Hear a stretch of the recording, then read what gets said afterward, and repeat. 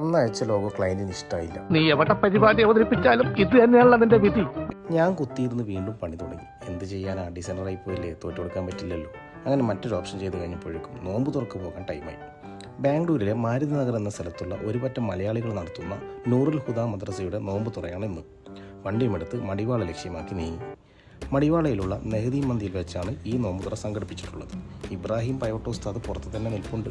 ഇദ്ദേഹമാണ് ഈ മദ്രസയുടെ സദർ ഉസ്താദ്, അതായത് പ്രിൻസിപ്പൽ എന്ന് മലയാളത്തിൽ പറയും. നോമ്പുതുറ മാത്രമല്ല കേട്ടോ, മദ്രസയിൽ പഠിക്കുന്ന കുട്ടികളുടെ പ്രോഗ്രസ് കാർഡ് വിതരണവും പിന്നെ മദ്രസ മീറ്റിങ്ങും എന്ന ഒരു ലക്ഷ്യം കൂടി ഈ പരിപാടിക്കുണ്ട്. ഉസ്താദുമാരുടെ പ്രസംഗവും പ്രാർത്ഥനയും ഒക്കെ നടക്കുമ്പോൾ ഇപ്പുറത്ത് മക്കളുടെ ഉമ്മമാർ ഉണ്ടാക്കിയ എണ്ണക്കടികൾ നിർത്തുന്ന തിരക്കിലാണ് സംഘാടകർ. ഞാനും അവരോടൊപ്പം കൂടി. നോമ്പ് തുറ ടൈം അടുത്തപ്പോഴേക്കും വിഭവങ്ങളൊക്കെ തീന്മേശയിലേക്ക് വിളമ്പാനായി നെഹദി മന്ദിയിലെ സ്റ്റാഫുകൾ തിരക്ക് കൂട്ടി.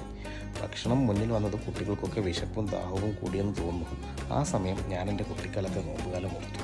അതുവരെ സഹിച്ച വിശപ്പിൻ്റെ കൺട്രോൾ പോകുന്ന ടൈമാണ് ഈ ഫുഡ് നോക്കിക്കൊണ്ട് ബാങ്കും കാത്തുകൊണ്ടുള്ള ഇരിപ്പ്. അതിനിടയിൽ ചില സമ്മാന വിതരണങ്ങളും ഉണ്ടായിരുന്നു. നമ്മുടെ ഈ പരിപാടി മൊത്തം സ്പോൺസർ ചെയ്ത വ്യക്തിയാണ് ഇദ്ദേഹം, സമീർ ഭായ്. കുട്ടികളുടെ എന്ത് പരിപാടി ഉണ്ടെന്ന് പറഞ്ഞാലും അതിൻ്റെ എല്ലാ സ്പോൺസർഷിപ്പും അദ്ദേഹം എടുക്കും. മലയാളിയല്ല കേട്ടോ, ഇങ്ങനെയും ചില മനുഷ്യർ നമ്മുടെ ഇടയിലുണ്ട്. ഞാനും ബാങ്ക് വിളി കേൾക്കാനായി കാതോർത്തുകൊണ്ടിരുന്നു. ബാങ്ക് കൊടുത്തു ഒരു ഈത്തപ്പഴം കൊണ്ട് നോമ്പ് തുറന്നു. ഇവിടുന്നും പാർസലായി ഒരു പാക്കറ്റ് മന്തിയും വാങ്ങി തൊട്ടടുത്തുള്ളൊരു ബേക്കറിയിൽ പോയി ഒരു ചായയും വാങ്ങി കുടിച്ച് ഞാൻ സ്ഥലം വിട്ടു.